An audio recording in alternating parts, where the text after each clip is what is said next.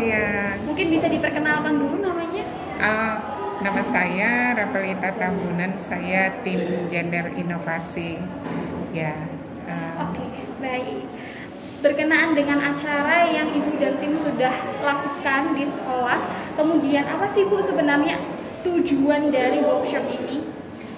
Tujuannya itu kami memperkenalkan sekolah responsif gender kepada K3S ya yang berkumpul hari ini begitu, untuk menjelaskan sekolah-sekolah responsif gender itu seperti apa.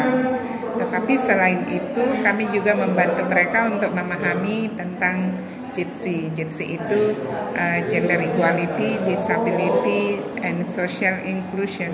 Jadi kesetaraan gender, disabilitas, dan inklusi sosial dalam pendidikan begitu. Jadi dalam memahami sekolah responsif gender harus memahami 3 isu tadi, mengenai kesetaraan gender, disabilitas, dan inklusi sosial yang sangat penting diketahui oleh seorang pendidik, terutama mereka yang kepala-kepala sekolah, guru yang mengampu di sekolah. Gitu. Oke, kemudian bagaimana sih Bu upaya yang bisa kita lakukan di lingkungan sekolah untuk mewujudkan kesetaraan gender? Ya, untuk mewujudkan kesetaraan gender itu memang harus dilihat 2 bagiannya. Yang pertama itu rencana pembelajaran seperti kurikulum, silabus itu harus utamakan atau melihat isu-isu gender dalam pengajaran pendidikan di kelas. Tetapi yang kedua harus dilihat juga dalam RKS. RKS itu rencana kerja sekolah.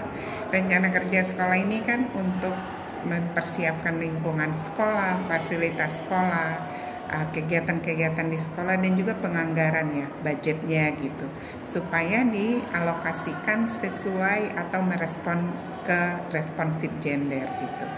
Jadi caranya itu harus dilihat dari 2 tadi. 1, pembelajaran, bagaimana mereka mengajar di kelas dengan responsif gender, tidak melakukan diskriminasi atau kekerasan atau bullying di sekolah. Juga melihat bagaimana rencana kerja sekolah dari manajemen, budgetnya memfasilitasi fasilitas-fasilitas dengan baik. Misalnya toilet ya, toilet terpisah itu untuk memfasilitasi bagaimana siswa laki-laki dan perempuan, khususnya siswa perempuan misalnya ketika mereka mengalami menstruasi, ada toilet yang memadai untuk dipakai. Jadi ini tidak menghalangi mereka aktivitas mereka di sekolah. Jadi caranya itu adalah melihat 2 tadi. Harus dilihat dari aspek pembelajaran dan juga dari aspek RKS, rencana kerja sekolah, manajemennya, supaya bisa terwujud sekolah responsif gender. Nah, yang terakhir saya mau katakan, untuk mewujudkan itu harus terlibat semuanya, baik siswa, guru, tenaga pendidik, semuanya harus berpartisipasi, bahkan dengan lingkungan sekolah, masyarakat, supaya sekolah responsif gender itu terwujud dengan baik. Oke, baik Ibu. Yang terakhir nih Bu, ya, pesan Ibu untuk seluruh pendidik dan sekolah-sekolah yang ada di Indonesia itu seperti apa sih Bu berkaitan dengan responsif gender? Ya, kalau pesannya itu sih sebagai tenaga pendidik gitu ya, baik guru, kepala sekolah atau dosen atau siapa saja yang berhubungan dengan pendidikan, mari mendidik anak-anak secara responsif gender. Artinya mari kita memahami anak-anak yang dididik itu sesuai dengan kebutuhan mereka.